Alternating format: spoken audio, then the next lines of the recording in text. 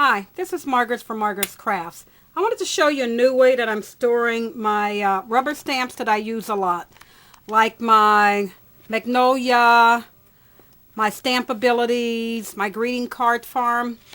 What I did was I found these pouches at a grocery store, believe it or not. They come 3 in the pack, and therefore they're $1. I was thinking about putting them in a 3-ring binder, and then I changed my mind. I found this basket, and I'll show you that later, of what I did with them. So what I did was I took my stamps that I had, and I made these with the Your Story and the Your Story and the laminating sheets. First, I took a piece of cardstock. This was just some thin cardstock. It's not what I use with my cart making or anything. And I ran it through my Your Story to laminate a piece of the cardstock.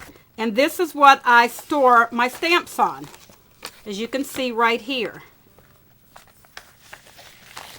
And they stick. Okay, then I took, and that's the way I store the stamps.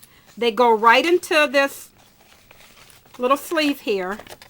I put them in backwards. And then I took another piece of the same size cardstock, but I didn't laminate it this time. And I just took my stamp and I stamped on it what the stamp was. And then underneath, if you notice that with the Magnolia stamps, they have the different years and the different categories. So I wrote the name of the stamp down with the category it's in, and then the year. And I just slip that in the front, and then it just locks in, so there's no way for them to fall out. And then what I did was I took my label maker and I labeled each of my little folders. I don't have a lot of these yet. Still working on them. And I put 1, 2, and 3. And that's how I sort them by that.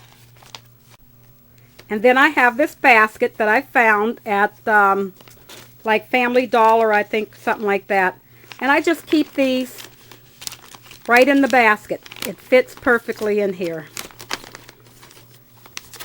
And that's how I have all of my stamps that I use in here. And I'm moving more of my stamps over because I do have more that I use on my card making. And these are just extras that I bought, and I keep them stored back in the back. Now let me show you why I put Magnolia stamps 1, 2, 3, and the other stamps that I have. I have a book. Okay. I have an inventory book that I have where I have everything. This is like my images, and what I did was I typed out all the images that they have. And when a new one comes in from the time I made this one, I'll just write it at the bottom. As you can see, I started writing some at the bottom. And then what I do is when I buy that cartridge, all I do is highlight it in yellow. It tells me I have it. Now for my stickles, I printed this off of the website, but they didn't have one for the distress stickles, so I just made another one from there. And then what I took was I just put a little bit of the stickles on the ones that I have.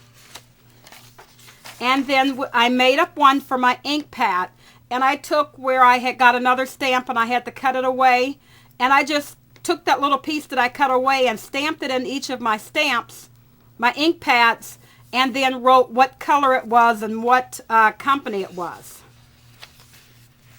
And what I did with my embossing powder, I just took a little piece of cardstock, embossed it, and then I punched out with a punch, and then wrote what color it was. This one I just cut that one square.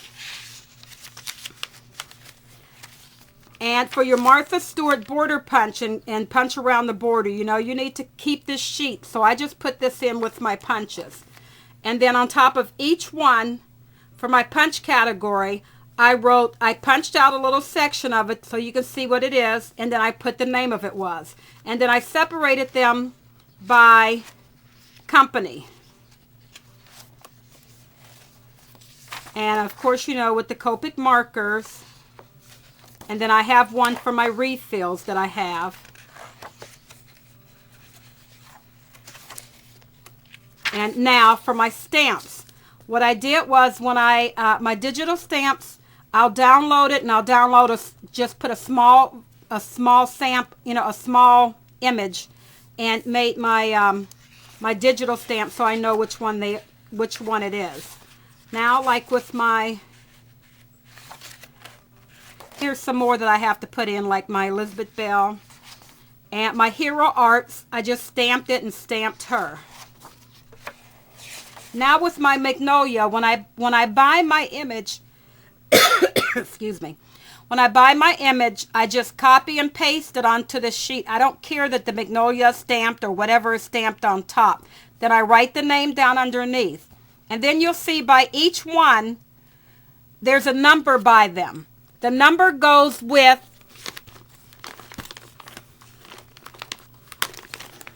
the package. 1, 2, 3 I have so far.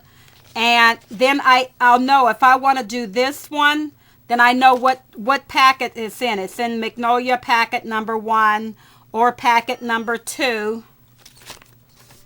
and so on. And I have, and as you can see, I did my molds the same way as with the digital ones. And then the Stampabilities, I did the same thing as I just copied and pasted it, and then I wrote what section it's in. The Stampabilities is in, this one is in section 1, and then this one is in section 2. These are the stamps that I use a lot. And my greeting farm, these are the digital greeting farms. I haven't gotten to do my regular greeting farms yet. And my Whiff of Joy, I have to put her in her own little section too. I'm just getting started with this. I hope you like my video. Thank you.